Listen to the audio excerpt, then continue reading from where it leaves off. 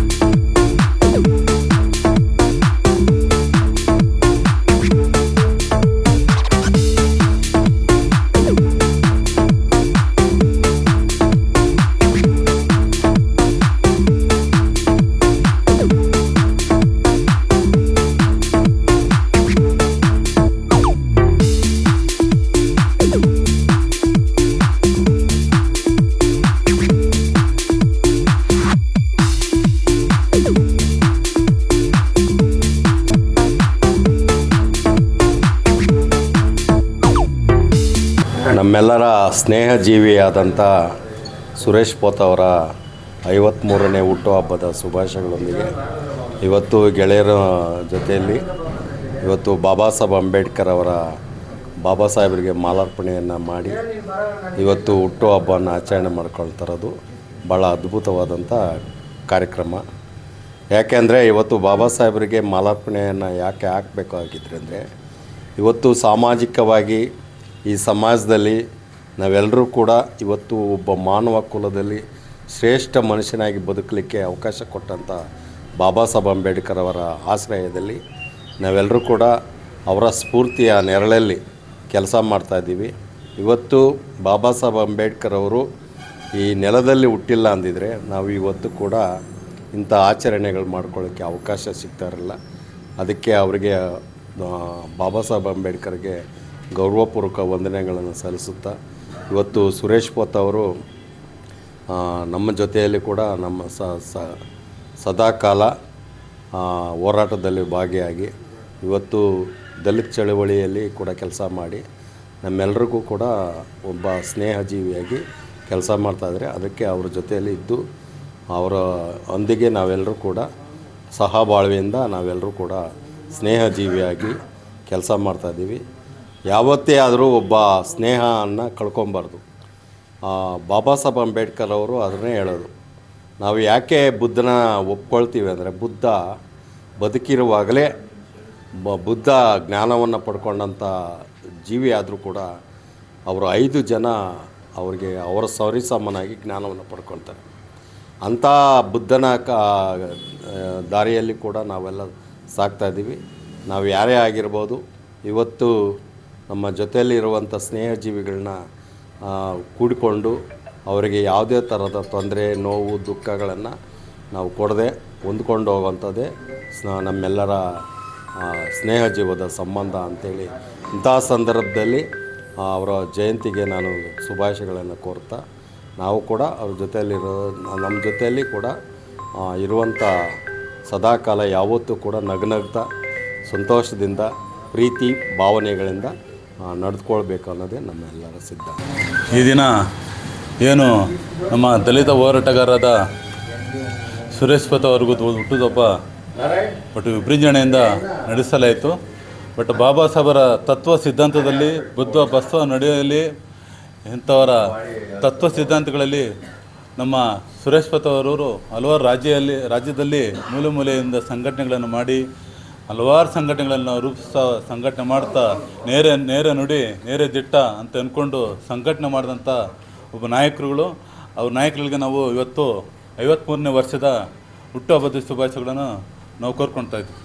ಏನು ಇವತ್ತು ನಮ್ಮ ನಾಯಕರಾದ ದಲಿತ ಸಂಘಟನೆ ಪರಿವರ್ತನವಾದ ರಾಜ್ಯ ನಾಯಕರಾದಂಥ ಸುರೇಶ್ ಪೋದರವರಿಗೆ ಹುಟ್ಟುಹಬ್ಬದ ಆರ್ಥಿಕ ಶುಭಾಶಯಗಳು. ಅವರಿಗೆ ಈ ದಿನ ಹುಟ್ಟುಹಬ್ಬವನ್ನು ಆಚರಣೆ ಮಾಡಿದ್ದೇವೆ. ಅದಕ್ಕೆ ಜೈ ಭೀಮ್ ಅಂತ ಹೇಳ್ತೀವಿ. ಈ ದಿನ ನಮ್ಮ ಸ್ನೇಹಿತರಾದಂಥ ಸುರೇಶ್ ಪೋತ ಅವರಿಗೆ 53ನೇ ವರ್ಷದ ಹುಟ್ಟುಹಬ್ಬದ ಆಚರಿಸ್ಕೊಳ್ತಾ ಇದ್ದಾರೆ. ಅವರಿಗೆ ಬುದ್ಧ ಬಸವ ಅಂಬೇಡ್ಕರ್ ಅವರ ಹಾದಿಯಲ್ಲಿ ಇನ್ನೂ ಅವರು 100 ವರ್ಷ ಬಾಳಲಿ, ಅವರ ಜೀವನ ಸುಖವಾಗಿ ಇರಲಿ ಅಂತ ನಾವು ಹಾರೈಸ್ತಾ ಅವರಿಗೆ ಹುಟ್ಟುಹಬ್ಬದ ಶುಭಾಶಯಗಳನ್ನು ಕೋರ್ತಾ ಇದ್ದೀವಿ. ಸುರೇಶ್ ಪೋತ ಅವರಿಗೆ ಹುಟ್ಟುಹಬ್ಬದ ಜೈ ಭೀಮ್. ಇಷ್ಟು ದಿವಸ ಹೋರಾಟದಲ್ಲಿ ನನ್ನ ಜೊತೆಯಲ್ಲಿ ಸದಾ ನನ್ನ ಸಂಘಟನೆಗೆ ಬೆನ್ನೆಲುಬಾಗಿ, ಪ್ರಗತಿಪರ ಸಂಘಟನೆಯ ಹೋರಾಟಕ್ಕೆ ಬೆನ್ನೆಲುಬಾಗಿ ಹೋರಾಟ ಮಾಡ್ಕೊಂಡು ಬಂದಂತಹ ನಮ್ಮ ಸಹೋದರ ಸುರೇಶ್ ಪೋತ ಅವರಿಗೆ ಇವತ್ತು ಹುಟ್ಟುಹಬ್ಬದ ಬಾಬಾ ಸಾಹೇಬರ ಅಂಬೇಡ್ಕರ್ ಪುತ್ಥಳಿನಲ್ಲಿ ನಾವು ಇವತ್ತು ಸಹೋದರಗಳು ಹಮ್ಮಿಕೊಂಡಿದ್ದಾರೆ. ಈ ಹೋರಾಟ ಆತನು ಇರೋವರೆಗೂ ನಮ್ಮ ಜೊತೆಯಲ್ಲಿ ಹೋರಾಟದಲ್ಲಿ ದಲಿತ ಮತ್ತು ಪ್ರಗತಿಪರ ಮತ್ತು ಹಿಂದುಳಿದ ವರ್ಗದವ್ರಿಗೆ, ಯಾರೇ ಶೋಷಿತರಿಗೆ ಇವರು ಹೋರಾಟ ಮಾಡಲಿ, ಅವ್ರ ಪರವಾಗಿ ನಿಂತ್ಕೊತಾರೆ ಅಂತ ನನ್ನ ಭರವಸೆ ಇದೆ. ಅದೇ ರೀತಿಯಾಗಿ ಸುರೇಶ್ ಪೋತ ಅಂಥವರು ಇನ್ನೂ ಒಂದಷ್ಟು ಜನ ಉಟ್ಕೊಂಡ್ರೆ ತಾಲೂಕಲ್ಲಿ ನಾವು ಪರಿವರ್ತನೆ ಮಾಡ್ತೀವಿ.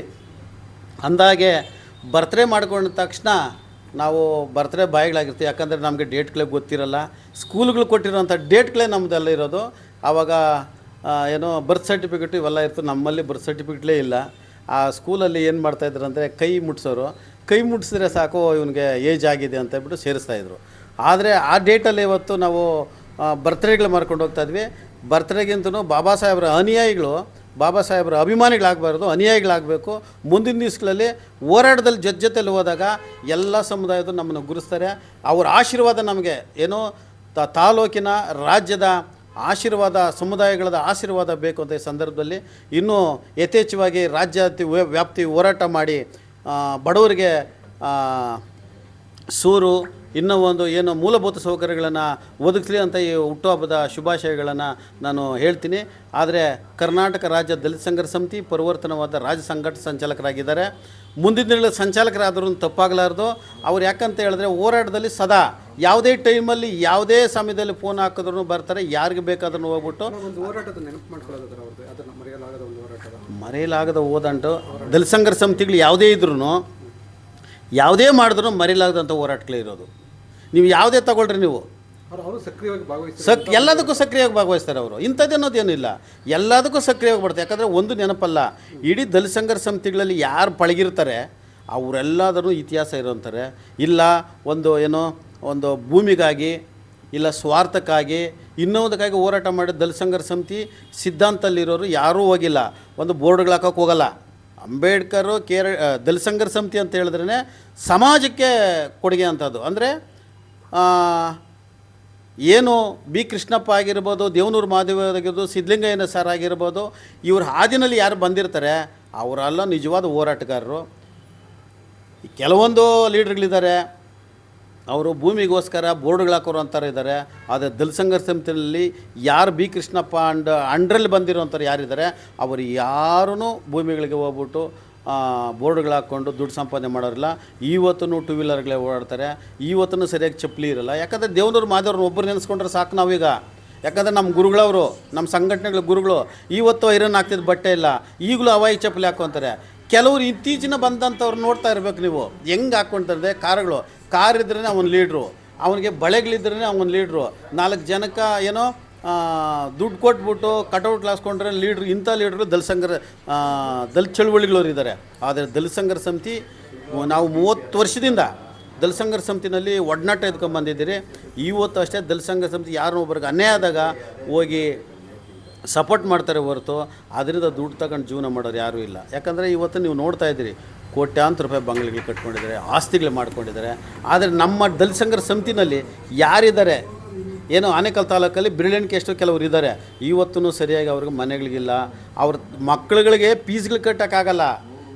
ಬೆಳಗ್ಗೆ ಎದ್ದ ತಕ್ಷಣ ಒಂದು ಏನು ಯಾರನ್ನೋ ಒಬ್ಬರು ಬಂದಾಗ ದುಡ್ಡು ಕೊಡೋದಕ್ಕೆ ದುಡ್ಡು ತಗೊಂಡು ಯಾರೂ ಮಾಡೋರಿಲ್ಲ. ಅಂಥವರು ಕೆಲವರು ನಮ್ಮ ತಾಲೂಕಲ್ಲಿ ಉಳ್ಕೊಂಡಿದ್ದಾರೆ.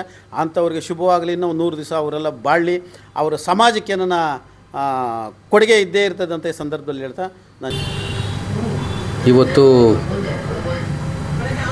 ಹುಟ್ಟುಹಬ್ಬ ಆಚರಣೆ ಮಾಡಬೇಕು ಅಂಥೇಳಿ ನಮ್ಮ ಯಲ್ಲಪ್ಪನವರು, ಸಹೋದರ ಯಲ್ಲಪ್ಪನವರು ನನಗೆ ರಾತ್ರಿ ಫೋನ್ ಮಾಡಿ, ನಾನು ಬೇಡ ಅಂದ್ಕೊಂಡಿದ್ದೆ. ಆದರೂ ಸಹ ಯಲ್ಲಪ್ಪನವರು ಮತ್ತು ನಮ್ಮ ಚೌಡಪ್ಪನವರು ಬಹಳ ಒತ್ತಾಯ ಮಾಡಿ ಒಂದು ಸರಳವಾಗಿ ಆದರೂ ಹುಟ್ಟುಹಬ್ಬದ ಆಚರಣೆ ಮಾಡಲೇಬೇಕಂತೇಳಿ ಹೇಳಿದಾಗ ಅವರ ಒಂದು ಈ ದೊಡ್ಡ ಮನಸ್ಸಿಗೆ ನಾನು ಅವರಿಗೆ ಕೃತಜ್ಞತೆಯನ್ನು ಸಲ್ಲಿಸ್ತೀನಿ. ಇವತ್ತು ಎಲ್ಲರೂ ಸಹ ಹುಟ್ಟುಹಬ್ಬವನ್ನು ಆಚರಣೆ ಮಾಡ್ಕೊಳ್ತಾರೆ. ಆದರೆ ಆ ಹುಟ್ಟುಹಬ್ಬದಲ್ಲಿ ಒಂದು ಅರ್ಥವೂ ಇರಬೇಕು. ಇವತ್ತು ಏನಾದರೂ ಬಾಬಾ ಸಾಹೇಬರು, ಭಗವಾನ್ ಬುದ್ಧರು ಇಲ್ಲ ಅಂತೇಳಿದರೆ ನಾನು ಯಾರು, ಸುರೇಶ್ ಪೋತ ಯಾರು ಅನ್ನೋದು ಈ ಜಗತ್ತಿಗೆ ಗೊತ್ತಾಗ್ತಾ ಇರಲಿಲ್ಲ, ಈ ನಾಡಿಗೆ ಗೊತ್ತಾಗ್ತಾ ಇರಲಿಲ್ಲ. ನನ್ನನ್ನು ಪರಿಚಯ ಮಾಡಿಕೊಟ್ಟಿದ್ದು ಬಾಬಾ ಸಾಹೇಬ್ ಅಂಬೇಡ್ಕರ್ ಅವರು. ಹಾಗಾಗಿ ಬಾಬಾ ಸಾಹೇಬ್ ಅಂಬೇಡ್ಕರ್ ಮತ್ತು ಬುದ್ಧನ ಹಾಗೆ ಹೊಂದಿಸುತ್ತಾ ಏನಿವತ್ತು ದಲಿತ ಚಳವಳಿಯಲ್ಲಿ ಸುಮಾರು 26-27 ವರ್ಷಗಳಿಂದ ಸಕ್ರಿಯವಾಗಿ ಕೆಲಸವನ್ನು ಮಾಡ್ತಾಯಿದ್ದೀನಿ. ಹಾಗಾಗಿ ನನ್ನನ್ನು ಚಳುವಳಿ ಗುರುತಿಸಿ ಇವತ್ತು ಕರ್ನಾಟಕ ದಲಿತ ಸಂಘರ್ಷ ಸಮಿತಿ ಪರಿವರ್ತನವಾದ ರಾಜ್ಯ ಸಂಘಟನಾ ಸಂಚಾಲಕರನ್ನಾಗಿ ಗುರುತಿಸಿ ನೇಮಕ ಮಾಡಿದೆ. ಹಾಗಾಗಿ ಚಳುವಳಿಯಲ್ಲಿ ಸಕ್ರಿಯವಾಗಿ ಅನೇಕ ಹೋರಾಟಗಳಲ್ಲಿ ಭಾಗವಹಿಸಿ ಯಶಸ್ಸನ್ನು ಕಂಡಿದ್ದೀವಿ.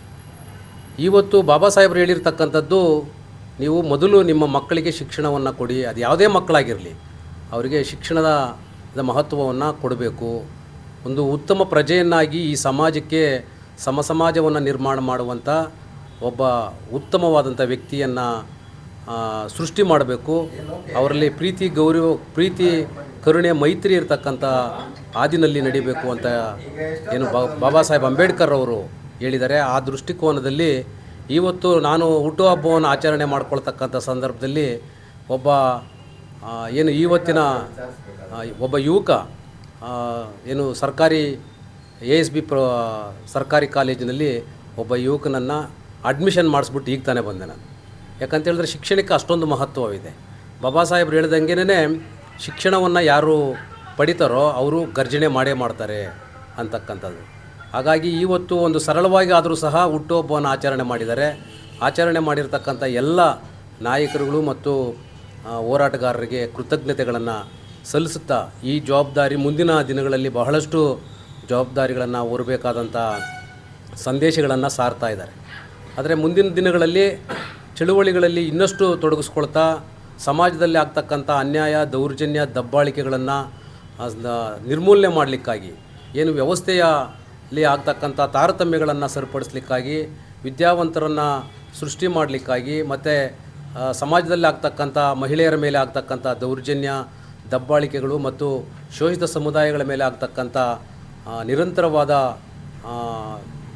ದಬ್ಬಾಳಿಕೆಗಳಿಂದ ಮುಕ್ತಿ ಪಡಲಿಕ್ಕೆ ನಿರಂತರವಾಗಿ ಎಲ್ಲ ಸಮುದಾಯಗಳ ಪರವಾಗಿ ಹೋರಾಟ ಮಾಡ್ತಕ್ಕಂಥ ಒಂದು ಜವಾಬ್ದಾರಿಯನ್ನು ಕೊಟ್ಟಿದ್ದಾರೆ.